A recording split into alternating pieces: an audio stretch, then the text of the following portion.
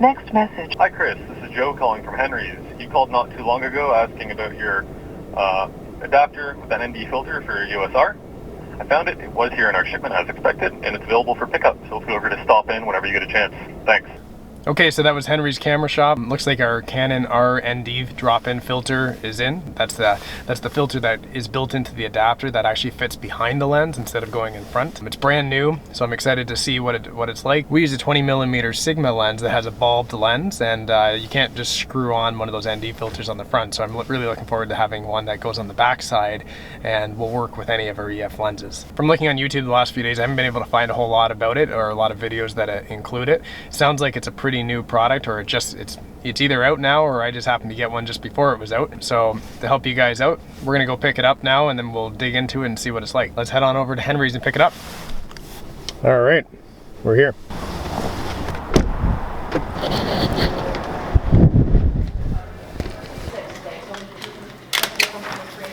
There you are. Yep, thanks very much.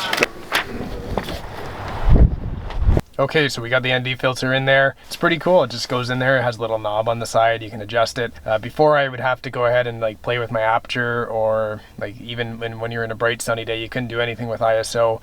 Worst case, I was actually having to play with my shutter speed in order to get a decent picture. But now check this out. Okay, so I've got my shutter speed at 1/50, f-stop at 2.5, and 400 ISO. And you can see, like when I'm shooting Canon log, 400 really is the lowest that I can go on the ISO. But now I can just adjust the little knob on the side. You see it getting darker there. And there we go. So easy to go ahead and make that adjustment. So what I'm hoping with this ND filter is that when I want it to be completely like neutral, maybe when I'm shooting indoors or something, I'm hoping I can slide it down to the one extreme and have like a neutral filter, not have to like take the whole adapter off every single time I come inside and put it back on when I go outside. I think I can probably do it, maybe just bump the ISO a little bit. We'll kind of see when we go inside and see what it looks like. Hopefully I can just leave it on all the time. That's the best case scenario. Let's go give it a try. All right. These things are pretty cool. It's the Ember battery operated mug.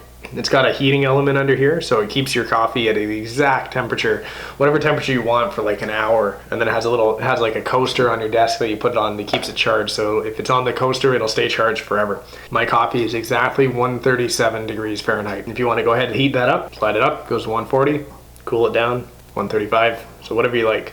I like it 137. I could never have told you that before I got this mug. I'm not that picky, but 137 on the mug, it's perfect. So, all right, so here's the drop-in filter mount that we picked up. Pretty excited about it. Haven't been able to find a whole lot of content on YouTube about it. I don't think it's totally out everywhere yet, so probably within the next few days all the stores will start getting it. But figured I'd open it up here, and I already had it opened earlier, but I want to show you guys what comes in the box. So we've got our warranty information. Then we got the adapter slash filter itself. There we are. It comes in this little case here. So this is what it looks like. It's got a little dial on the side here. But I find it's in a perfect spot so that if you're holding the lens, your thumb can go ahead and just make some small adjustments as you go. And then it's got the caps on either side. And on the side here, there's a button on the bottom. If you pull on that, the ND filter comes right out. So I know you can get a polarizer filter as well.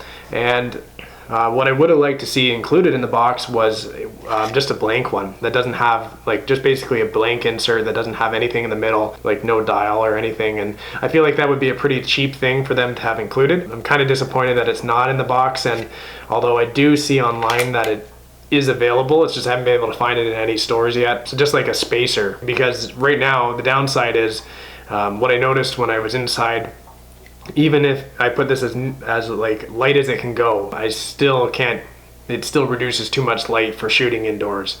Maybe if you're indoors and you have a lot of light, then you'll be fine, but I was really hoping I wouldn't have to like take off this adapter, put this other adapter on every single time I go inside versus outside, but it looks like I might have to do that for now until I can get that spacer. So we've got our Canon R right here. So we'll go ahead and pop this on. Just goes right on the front there. You can see the dial. Right on the side.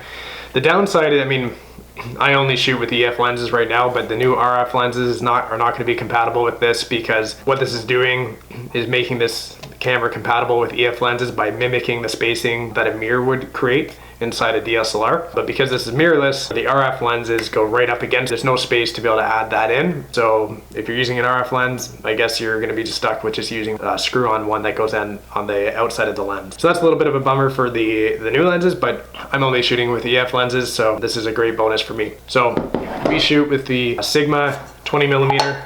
The Sigma has a bulb lens, so it makes it difficult to put an ND filter on the end. You can't just use a traditional screw type. I don't know if I've got one of those. Here's a variable ND filter that goes on the end of the lens.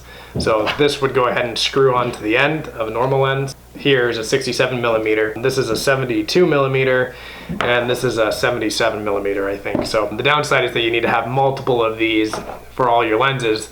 But the bonus with the new adapter is that one fits all. So basically, whatever lens I put on the end here, you're getting an ND filter. So that's awesome. Okay, so let's go ahead and put a lens on the adapter. So there it is on the adapter. Not too much to it. You can still go ahead and just pull the actual filter out. You go ahead and make your adjustments. So let's see if I can show you. So there you are.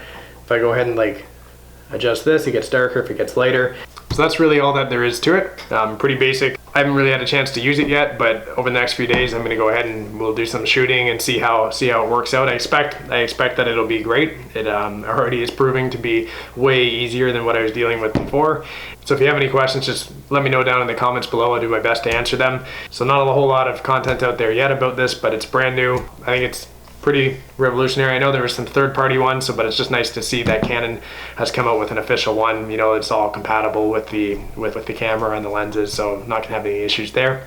So if you're interested in this ND filter and you want to hear our feedback after the next week or so of use, just hit that subscribe button and we'll see you in the next video.